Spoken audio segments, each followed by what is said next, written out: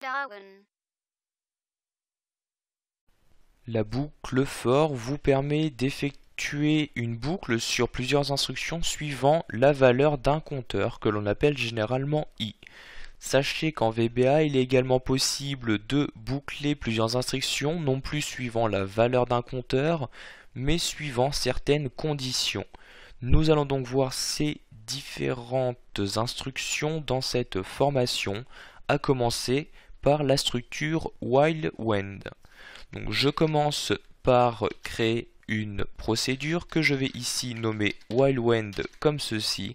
Une fois ma procédure créée, je vais maintenant commencer par déclarer une variable. Donc j'insère ici le mot-clé dim et je vais par exemple ici créer la procédure qui va me permettre à l'utilisateur de demander un nombre, et tant que le nombre sera donc incorrect, je vais toujours lui renvoyer la boîte de dialogue lui demandant le nombre. Donc je déclare donc une variable nb en tant qu'entier, donc as integer. J'insère ensuite ma boucle. Donc avant, je vais donc tout d'abord devoir demander à l'utilisateur une première fois donc de choisir un nom. Donc je fais ici un input box, donc ici où je vais mettre saisissez un nombre comme ceci, donc valeur que je vais ici directement insérer dans la variable nb. Donc une fois que l'utilisateur a choisi un nombre, je veux donc que si ce nombre est différent de 10, lui renvoyer une boîte de dialogue lui demandant à nouveau un nombre.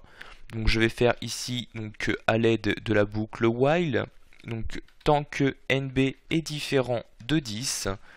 Donc ici tant que la valeur insérée par l'utilisateur, donc que j'ai inséré donc bien dans la variable nb, est différente de 10, alors je veux donc que nb soit à nouveau égal à un input box pour redemander à chaque fois à l'utilisateur d'insérer un nombre.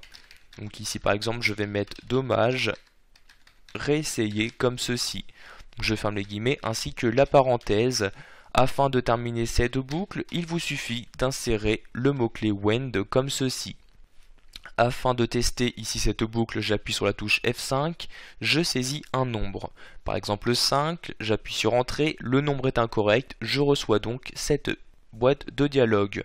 J'insère par exemple 15, j'appuie sur Entrée, le nombre est toujours incorrect, la boîte de dialogue reste donc affichée.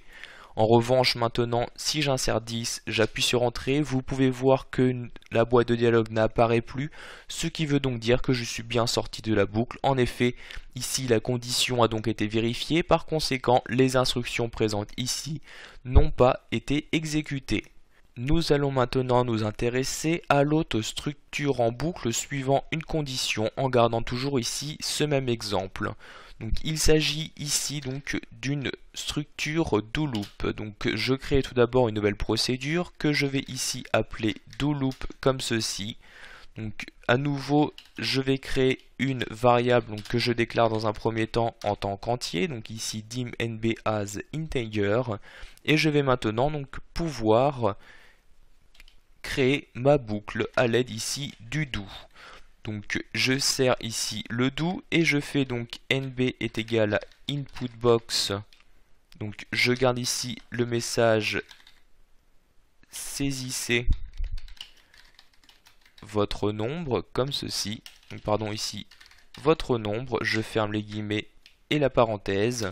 Et ensuite je vais choisir donc de boucler à l'aide du loop et je vais boucler jusqu'à ce que le nombre soit égal à 10. Donc until nb est égal à 10 comme ceci.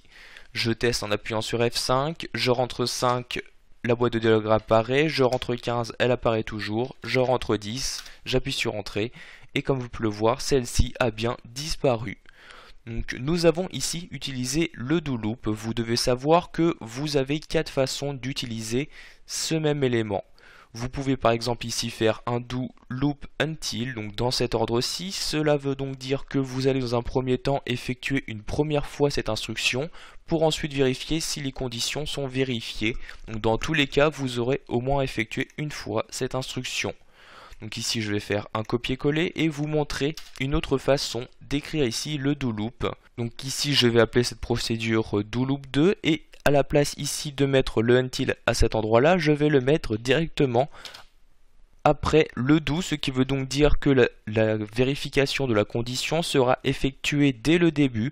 Par conséquent, cette instruction ne sera pas effectuée directement, donc tant que ici la valeur n'a pas été vérifiée. Donc ici, ce qui m'oblige à effectuer donc une première fois ici le input box, donc où je vais mettre ici saisissez votre nombre. Je fais donc ici un copier-coller de cette partie là comme ceci, donc j'insère les guillemets et je colle cette partie là.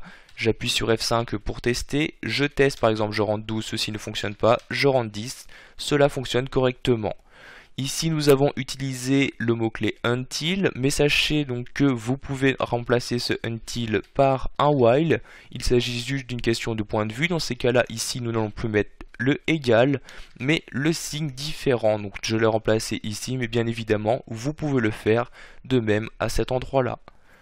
Voilà, vous savez maintenant comment boucler différentes suivant une condition à l'aide des différentes structures proposées en VBA.